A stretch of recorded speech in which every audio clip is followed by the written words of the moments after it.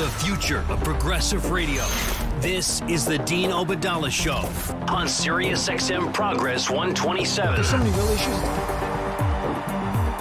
Welcome back, Dean Obadala Show, live right here, Tuesday, October 23rd, folks. I'm on Twitter at Dean Obadala, or you can drop me an email, and I wish you would, dean@deanofradio.com. I'll always get back to you. Sometimes it takes a few days, but I promise. I love to hear from you. I love to hear comments, suggestions, criticism. I'm there to hear everything. dean@deanofradio.com. Right now, someone who criticizes me all the time on Twitter and by text, it is my friend Danny Cevallos, MSNBC legal analyst, see him all the time, practicing criminal defense attorney, who's been watching Fox News in disbelief during the commercial. I told you, folks, if you don't watch Fox News, and I don't want you to go turn it on now, but if you don't watch it much, it's like a different world. First of all, Hillary Clinton is president on Fox News, so that's kind of nice. But the other side, they keep playing CNN and MS clips, and Danny's an MS contributor and a lawyer. I'm like, Fox should have to pay them. They play so much CNN and MS clips. I actually looked up because I've been petitioning your crew in the control room to put the MSNBC channel on where I can see it. As it is right now, it's behind me. That's right, no bueno, folks. No bueno? But I keep what is thinking, that about? That seems a little racist. Oh, I forgot you're Latino. I am Latino. But Fox plays the MS feed so often that I think it is the MS feed, and it turns out it's just Tucker playing MSNBC. Tucker clips. Klansman, folks. All right, Danny, we got a lot of legal stuff to talk about right here. Yes. Let's break it down. Big question: Roger Stone, will he be the next one indicted by Robert Mueller? The safe money is that he will, and the only reason I think that is that he went virtually untouched by the government, by the Mueller team, during the course of this investigation. And typically, if somebody is a target of an investigation by the federal government, they won't subpoena them, and they probably will be hands off. They won't try to sit them down, because that would be a dumb thing to do, to sit them down for an informal interview when they're clearly a target. So I guess a general rule of thumb, and I mean a very general rule of thumb, would be to if you're a target if you haven't heard a peep from the government at all. So that's I mean. So if you were going to do like a Jeff Foxworthy, you might be a redneck. You could do like you might be a target of the FBI. And it won't be as funny as Jeff Foxworthy, but if all your friends are getting called in to talk to the government investigators and nobody's talked to you, you folks, you might be a redneck. You might not be a redneck. You might be a target. I was just in South Carolina over the weekend. I did a show with my friend Scott Blakeman, and he's Jewish and I'm Muslim, and we fight. It's a great show, and we get along well. It's called Stand Up for Peace. And I met Southern Muslims, again, who speak Arabic with a Southern accent. And I'm not kidding. So I do a joke about you might be a Muslim redneck if... Want me to tell you some of them? Yeah, I would like to hear them. Okay. This is from my act, folks. Here you go. Tip your waitresses. You might be a Muslim redneck if your trailer park faces Mecca. That's a great one. I love it. I love it. You might be a Muslim redneck if your hijab is a Confederate flag. Let's see if I can think of it. I haven't done them in a while. I didn't do them Saturday. Let's see. You might be a Muslim redneck if your hookah pipe has a NASCAR sticker on it. But here you might be a Muslim redneck if you marry 4 of your cousins. Hello, folks. That's my time. I just got lit. Lauren's rolling her eyes. That must have been a great joke. Whenever Lauren rolls her eyes, it's like Dad telling jokes. That's the kind of. I thought that was her way of greeting. No, she rolls. Oh, every time I walk in the room, she rolls her eyes. If you're not Lindsey Buckingham, she rolls her eyes when she sees you. She's a big fan of Fleetwood Mac. So Roger Stone. The reason I brought up Roger Stone, there were articles just at the end of last week that Robert Mueller's scrutiny of Roger Stone was deeper and quiet. Like, we didn't know what was going on. That they said that they might have audio recordings of Roger Stone. And there was a great timeline CNN put together to remind us. In 2016, August 8th, Stone brags he communicated with Julian Assange from WikiLeaks, and then he exchanges some Twitter messages with Guccifer 2.0, which we now know is a Russian military-involved hackers. Yeah.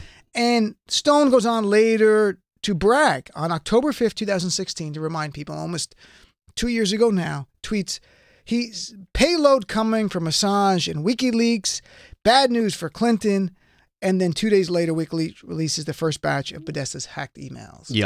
Yeah, this does not bode well for Roger Stone for the first reason that I said earlier, but also because the Mueller team has given us an indication that it is going to sweat the small stuff. And by that, I mean, sometimes not every crime that can be charged should be charged. And for a long time, I think people wondered, well, in the universe of crimes out there, what will Mueller focus on? And I found it very interesting, even though this was not a Mueller team indictment, the Michael Cohen indictment or conviction taught us that, hey, this election law stuff, we're going to take it seriously. And then the fact that they've indicted all these Russians, many more Russians than they have Americans.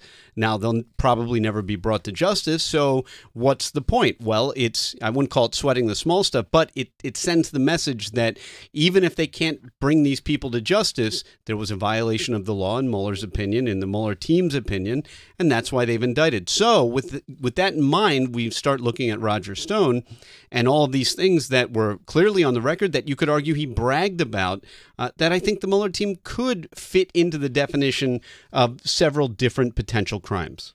And now, Mueller, it's been quiet. I think it's quiet by design. We're in an election period. Absolutely. And the DOJ has that kind of, what I've heard, this unwritten rule, unwritten policy, nothing 30 days or 60 days. Was it 60 days before an election?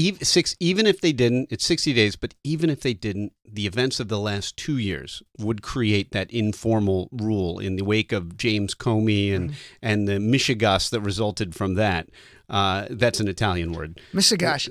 Do you think, Danny, that the normally slow period from Election Day and then you get Thanksgiving and it's kind of relaxing could actually be a time where Mueller might deliver his report? And we don't have to see it. We can touch on this. That's right. The report does not have to be released to us, which is remarkable. That's right. We would essentially we would have to rely on a leak to know the moment that it is handed over to Congress, because we don't have to know about it. It's something that we're not required. He's not required to stand on a podium and tell us what he did. But I should add that for those of you who are concerned, he has told us what he's doing by very long, very detailed indictments. And I think, this is just my opinion, but I think that is a signal by Mueller, who's aware that there's a possibility that the decision to release his eventual report is well above his pay grade and not within his control. So the things that are within his control are releasing very detailed speaking indictments. It's important for people to know that most government indictments, the art of drafting an indictment is to put as little as you humanly can into the indictment, but still getting it over the requirements of stating a factual basis for the charged crime. So with that in mind, the level of detail that went into these indictments is not accidental.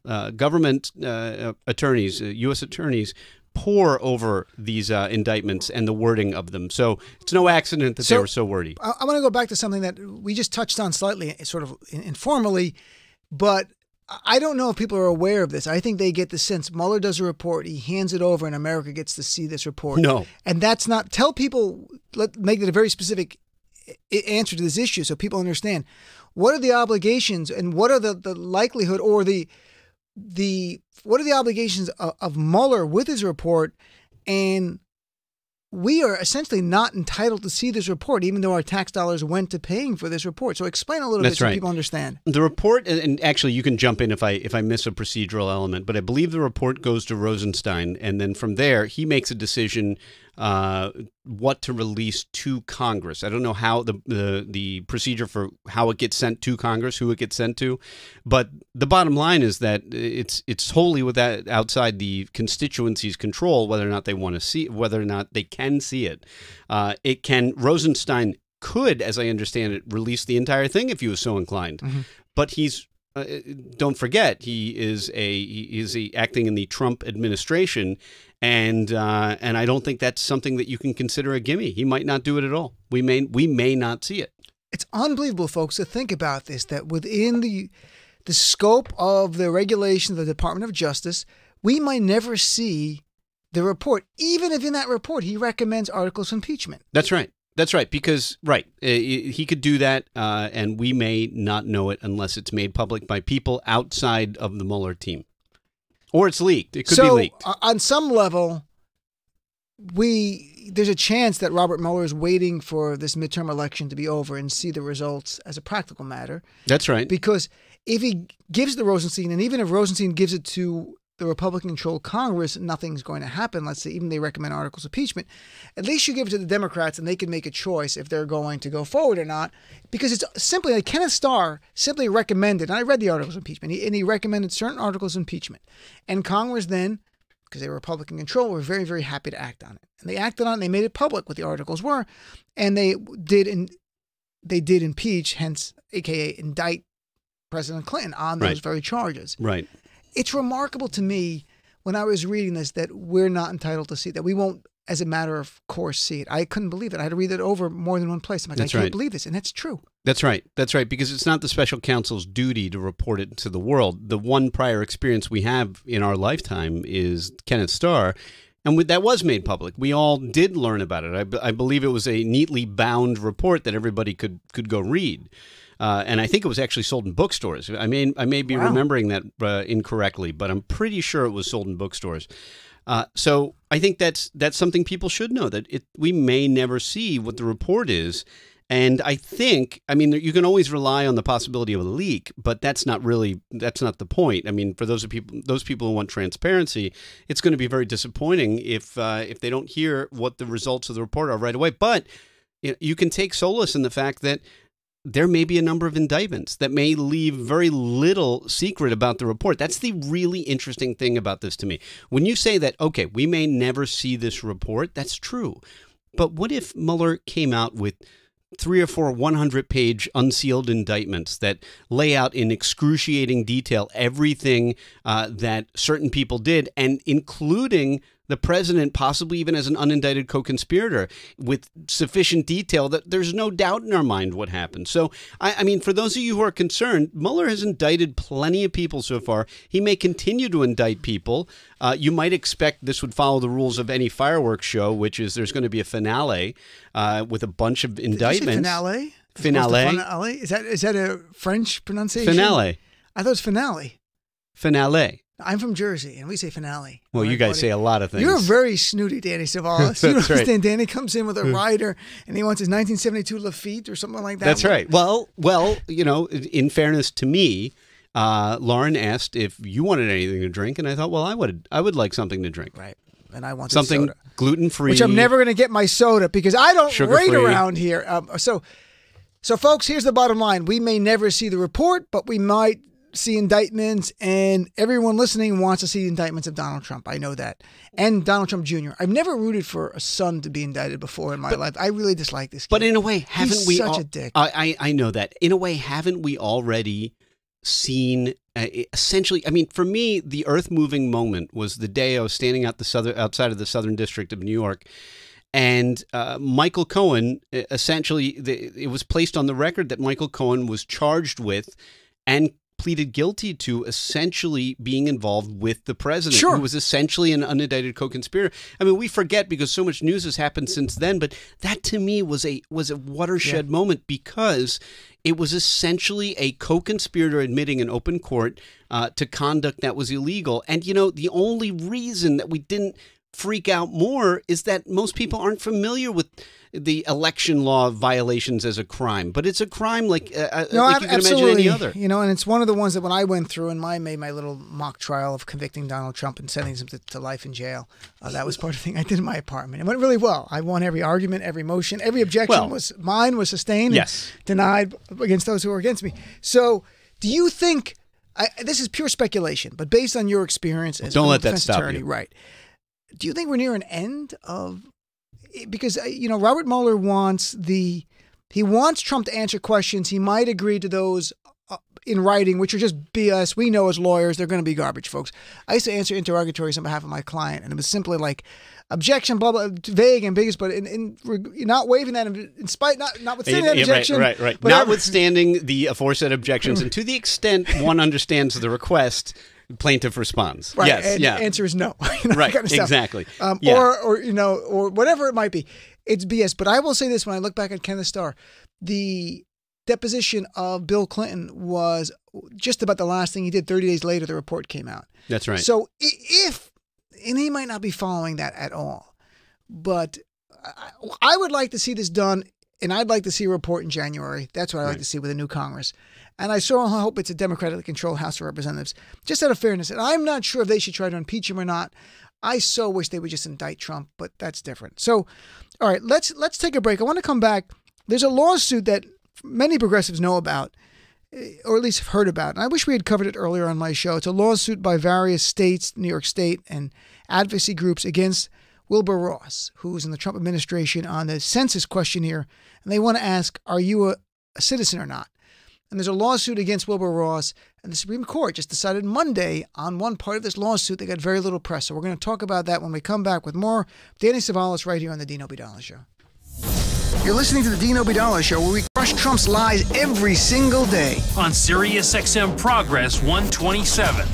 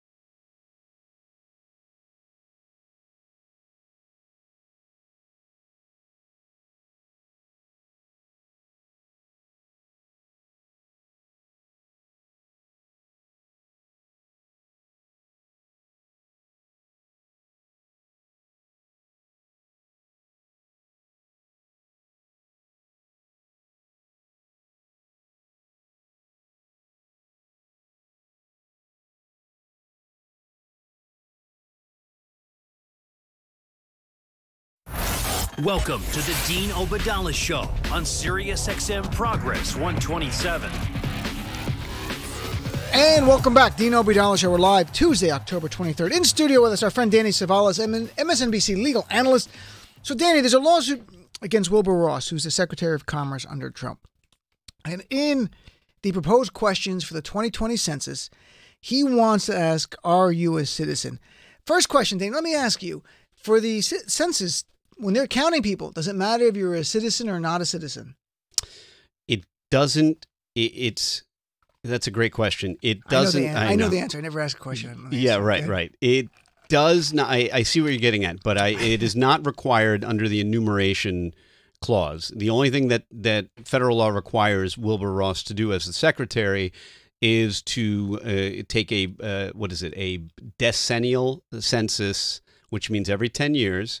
in such form as he should require. So that is the big debate. I mean, on the one hand, you could argue, and of course the Secretary of Commerce is going to argue, that federal law gives him the power to put whatever question he wants on the census. But on the other hand, the challengers here are saying, well, yeah, he did this, but he said that the DOJ requested the Commerce to do this, to add this question. And the challengers are saying, yeah, except the DOJ didn't ask. He basically made that decision and then ginned up this, quote, request from the DOJ that really didn't exist until he essentially asked them to ask him to include this question. But it comes down to the bottom line.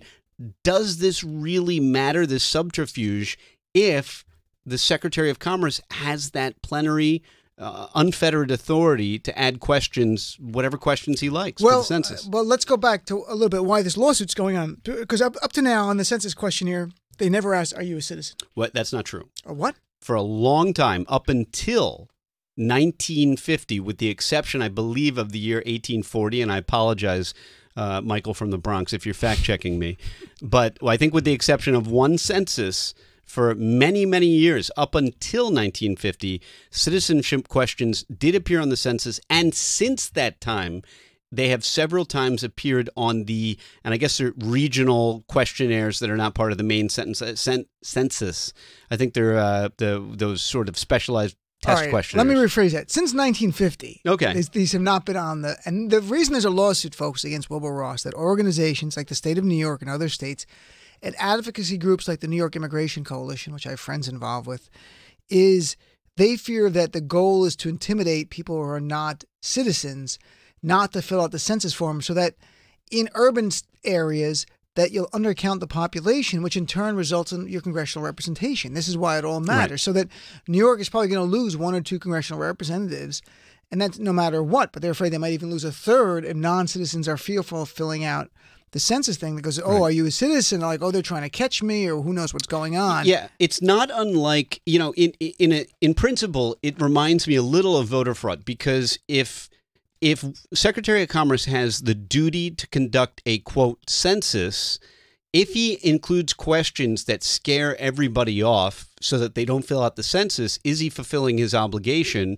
to conduct a census? Right. So, for example, you know, if the census included questions, do you ever have, you know, dirty thoughts, or do you ever have, you know, do you have any immoral thoughts? And then you have to put those down. I wouldn't want to answer that. I know you wouldn't want to answer those questions. No, definitely not. So any question that would scare somebody off from answering tends to not lead to a proper census. And if the Secretary of Commerce is ordered to conduct a, I can't remember, decennial census, then he's not fulfilling his duty if he adds a question that scares people off. So the lawsuit, they wanted to take a deposition of Wilbur Ross to find his actually intention of why he did this.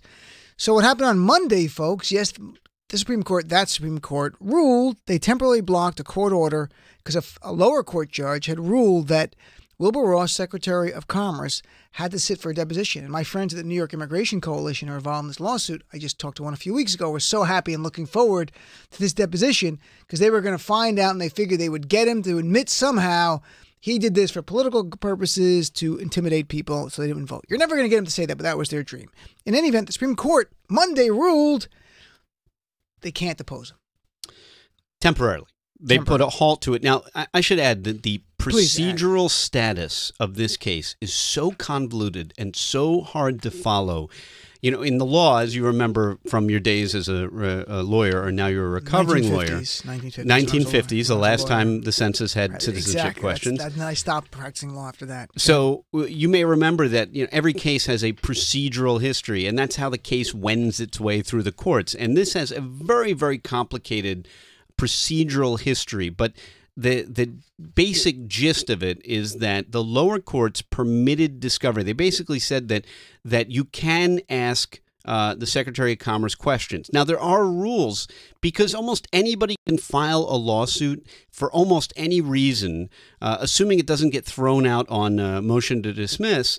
then in theory, any citizen or any plaintiff could drag the president, the Secretary of Commerce, anybody into some civil lawsuit. So the courts do treat these high-ranking civilians slightly differently than they do just regular folks. And so they're careful not to let them get dragged into litigation if other forms of discovery would suffice. And that's exactly what's going on here. The court has a very difficult decision to make ultimately, whether or not can they get this discovery without deposing Secretary Wilbur Ross, or is this a case that warrants discovery, including depositions of Wilbur Ross? And the challengers have a compelling argument because they say that, hey, if the secretary said the DOJ made me or asked me to put in this question, and that's not true, well, that's a pretty interesting question that only the Secretary, Wilbur Ross, would have the answers to. Interesting. Speaking of anyone being able to sue anyone, there was a lawsuit filed against a U.S. Senator, against David Perdue, a Republican, by a student who he was trying to interview the senator. And the senator got upset with his questions. And it's a senator from Georgia, by the way, Perdue. And the constituent student was asking questions about voter fraud and Brian Kemp in Georgia. And this Perdue, being a Republican senator, grabbed the phone out of his hand and then finally gave it back later. And now this student is suing Senator Perdue for battery. Not for, when first I read it, I'm like, did he take his battery out? But no, it's not that battery. No. It's what would be a tort, but it's a criminal action here for battery. First of all, what is battery, so people get that? So, okay, I'm going to give you a great law school primer, because depending on what state you live, assault and battery can be confusing because many states use them either interchangeably, or assault means the same thing as battery in other states. But fortunately for us, in the civil context, they retain their original common law definitions. And basically, the definition of assault is, well, let's start with battery because it's easier to define assault with battery. Battery is any unconsented to touching that is harmful or offensive. And this is a major law school exam question, that the definition of the contact can be with the person's body or something directly connected to the body. So the example in a law school exam, actually that was at my law school, is, I walk up to you, you're on in your car, and a bunch of students surround the car and start pounding on it. Could that arguably be a battery? Well, it is contact with something that's directly connected with you, or kicking your horse, or slapping a phone out of your hand, and that would probably qualify as a battery. Now, here's the thing. I almost think law schools do a disservice teaching students about the hyper-technical definition of assault and battery, because then those students go out into the world thinking, oh, any unconsented to contact whatsoever that is harmful or offensive is a battery. But what you find is the people who bring these lawsuits are usually only entitled to nominal damages, and that means $1. In the Georgia battery statute here, it says it is clear that battery is contact proceeding from rudeness. No, the Court of Appeals defined the statute saying contact proceeding from rudeness is as offensive and harmful as that which proceeds from anger or lust, and in law constitutes an assault and battery. It's interesting to use the term lust in this kind of court. Yeah, it does. I haven't seen that statute, but you would think that lust would fall squarely into the category of sexual assault crimes like touching or something else like that. I would have to look at the other Maybe this wasn't Georgia sexual statutes. Lust. Maybe this was more lust for someone's property. Well, also, you're probably looking at a criminal statute there, and so if he's suing this congressperson, that would be under common law. It would be a civil action. Typically, civil actions like assault and battery, those are not defined by statute. They're defined by what we call common law, which is the history of court cases. Right. Because he's seeking declaratory relief in form of an admonishment from the court, and $10 in damages and attorney fees. Exactly. It's super confusing because there's a criminal kind of assault, and I think generally I can safely say that most states use the word assault, but traditionally it's assault and battery. And all assault is in the civil context, strangely enough, is remember that game as a kid you would play 2 for flinching, and that's when some kid walks up to another kid, holds up their fist like they're going to punch them, and then you flinch. And I'm a big flincher, so I would flinch all the time. Right. It's the intentional creation of the apprehension of a battery, of imminent physical contact. Now, like I said, law students learn these and they go out in the world and they think these are actionable. What you find in the real world is that people don't usually sue for assault or battery. And the reason for this is insurance. Insurance covers things like negligence and recklessness. It doesn't cover intentional torts for the most part. So in a strange turn of legal events, the more intentional, more egregious acts like battery and assault are less compensable because they're not covered by insurance. Garden variety being negligent is what most of your lawsuits are. So that's why a lawsuit like this, and I'm bringing it full circle, sure, brilliantly, is that a battery lawsuit like this, you're not going to see them very often because lawyers aren't interested in a $10 damages this lawsuit. Just to get pressed. That's right. Yeah. By the way, have you gotten any kind of therapy or help for that issue of being beaten as a child for flinching? For flinching? Yes. Is that seems like that has plagued you? Is this continuing in your life now? Anything happened at MSNBC? I'm scarred, and I'll tell you why. It wasn't just the for flinching. Has Lawrence O'Donnell ever said 2 for flinching and held up his fist? Or Chris Matthews? Because that guy I think would punch you is Chris Matthews. I think Matthews would punch someone. Now, I don't know that he would, but he might haze me a little bit, and I would expect that'd be fine with me. Just the way he yells at people, it seems like he's punching you. It's like, and I'm like, whoa. I was on a couple of times like, wow, there's no need for that kind of emotion. I can't. I'm a yeller on mic too, so I can't criticize him. But yes, he projects. He's a performer. I get it. He's a performer. Okay, we're gonna take a break. We're gonna come back. Guess what, folks? A guy in Florida did something wrong, groped a woman, and he blamed somebody else for that. His name is Trump. We're going to come back and talk about that. Maybe we'll talk about George Soros too. And you heard about the bomb put in his. We'll talk about it. Right. We'll take a break, come back, and talk about some of the legal issues around that right after this break, right here on the Dean Obeidallah Show with our friend Danny Cevallos. Look, it's time the media start calling out Trump's false statements for what they are: lies. Trump is a liar, and by the looks of it, he's lying every day and twice on Sundays. The Dean Obeidallah Show.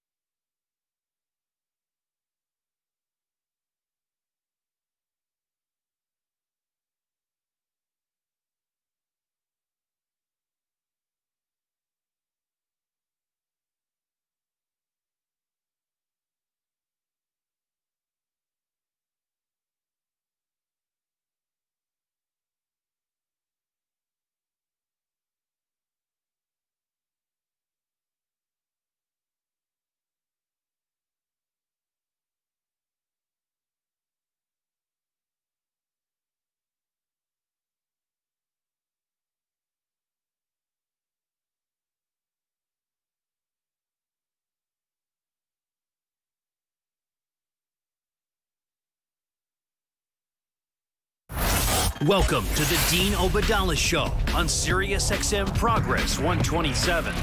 And welcome back. We're here with Danny Cevallos and Cevallos Law Talk. Call it that. I'm Dean Obadala. I'm his guest. My branded segment. We should come up with a name, Danny. That's a good name. That's unique. Not like just like Law Talk or something. Radiant, brilliant. I'm just spitballing here. The things that don't apply to the segment. I like this, right? Oh, okay. So you're applying. We're doing antonyms now for this. Oh, it's the antonym segment. So okay. How many times have you heard antonyms used? Not often. That's not a word that comes up much. Right. That's right. No, it doesn't come up that often. Come up with something. It would be like nice, something that rhymes with Dan or starts with D or C for Cevallos. Something like wanted, dead or alive. Danny said, no, that doesn't work. I don't know what would be. Well, go ahead. Let's move. Bruce Alexander, 49-year-old guy from Tampa, folks, Yes. arrested on a charge of abusive sexual contact on an in-flight incident October 21st. He grabbed a woman by the breast, and according to the police here, it's reported by Law and Crime. He said that the President of the United States says it's okay to grab women by their private parts. So now we have the Donald Trump defense to sexual assault. First of all, just on the idea of using this as defense, how good is it to invoke the president as a reason for defending yourself? It will not be an effective defense. And I say that knowing the history of wacky defenses includes the famous Twinkie defense that a man accused of murder in San Francisco claimed that his prodigious intake of junk food caused a sugar rush and resulted in him shooting and killing San Francisco Mayor George Moscone. Mayor, or I think he was the mayor. Dan White, also a person politician. Harvey Milk as well, yes. No, I don't think this would ever be a viable defense. Just because President Trump said it on a bus many years ago doesn't mean that society accepts that. What if it went to let me ask you sincerely, a serious question. It goes to a jury. Okay. This is his defense. Right. The jury goes, you know what? I think that's reasonable. The president said it's okay. So why can't citizens think it's okay to do this? Well, keep in mind, it's theoretically possible because jurors can sometimes even disregard the law. That's what jury nullification is. They're sending a message and disregarding the law, and there's nothing that a judge can really do about it when they acquit based on that.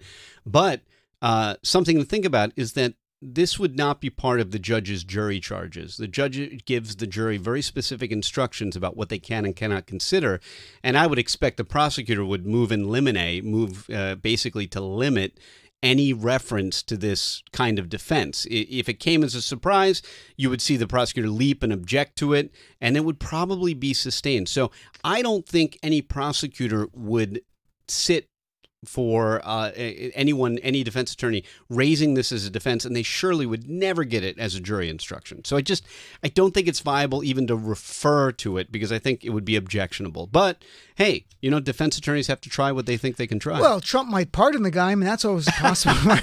I'm sure it's a state court case. No, it was on a plane.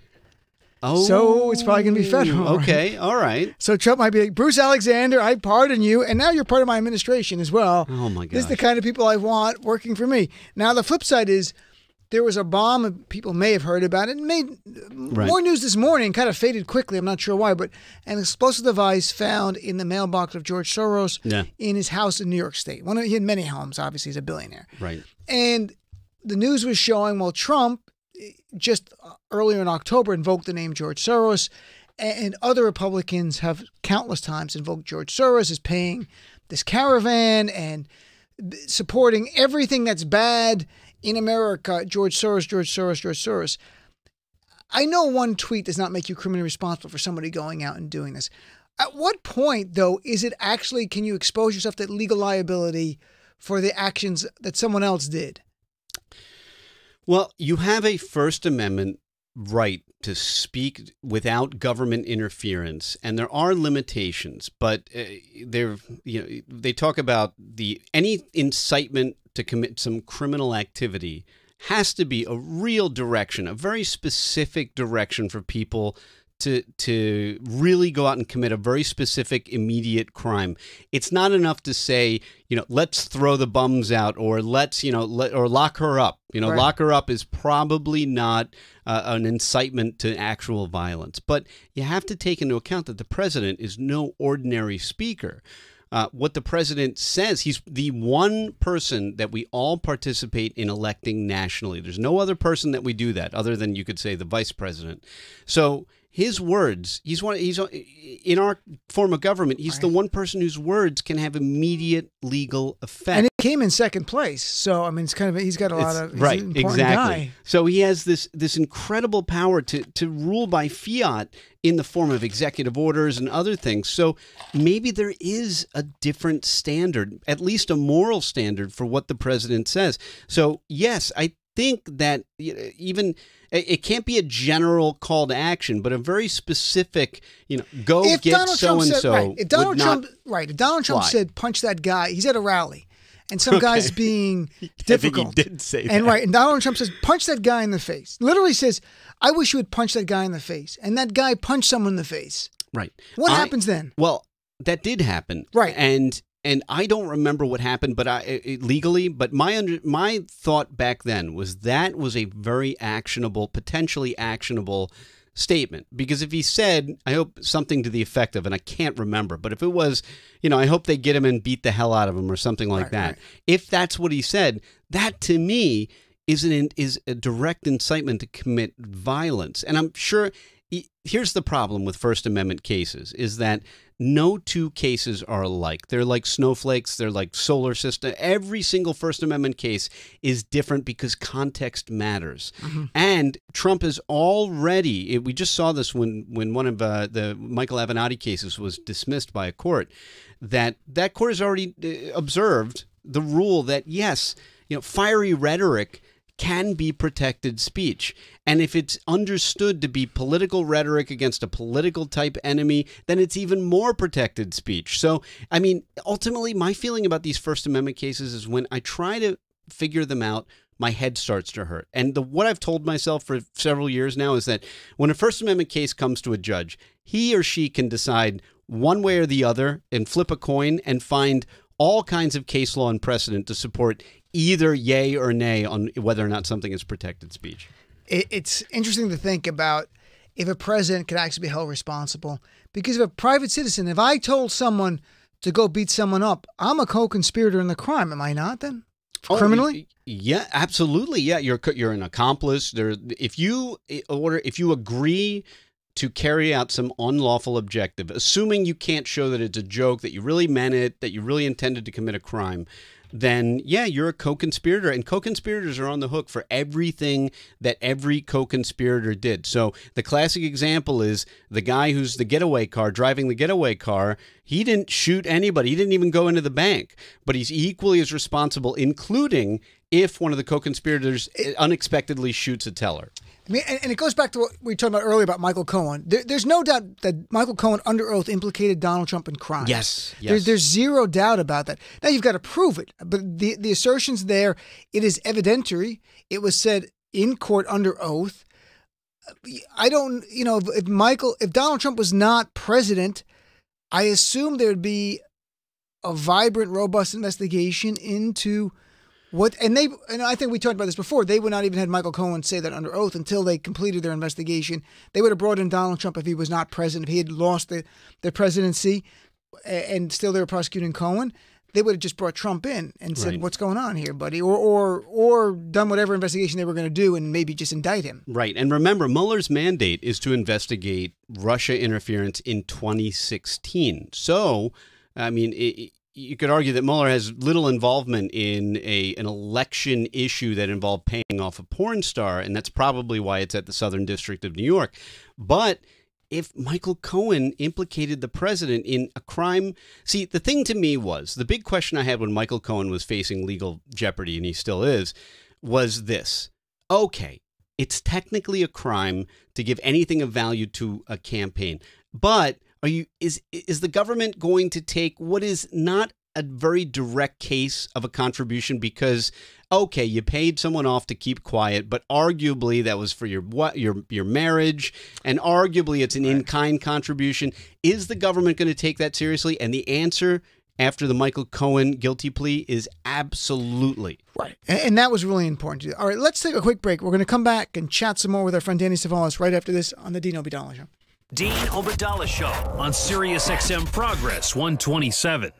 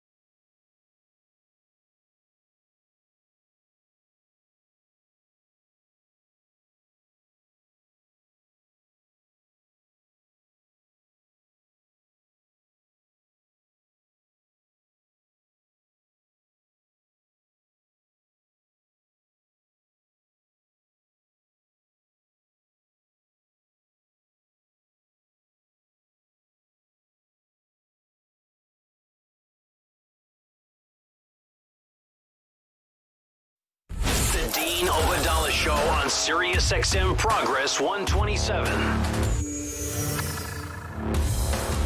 And welcome back, Dean Obeidallah Show. I'm talking to Danny, who's here live in studio during the break about this proposed rule change by the Trump administration on transgender, which the new definition would essentially eradicate federal recognition of the estimated 1.4 million Americans who identify as transgender.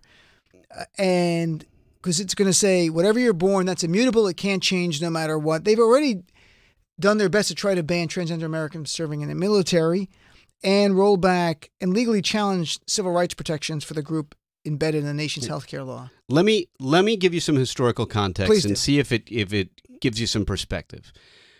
The Civil Rights Act, when it was enacted, I think it was 1972. Not Civil Rights. 64? I'm sorry, the Title IX. Title IX. Okay. Title IX was enacted in 1972, and the idea behind Title IX and the single line of the statute which is at issue is the part that says that thou shalt not be discrimination based on sex, that word. And that's what all of this, the recent news is about.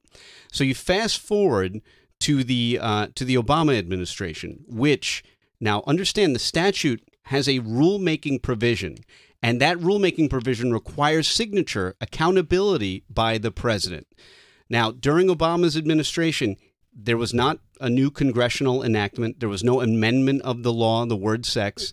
There was no rulemaking change by the Obama administration. President Obama didn't sign any change in rulemaking. Instead, the only way they decided to change this was by a Dear Colleague letter, which has the legislative force of a Post-it note.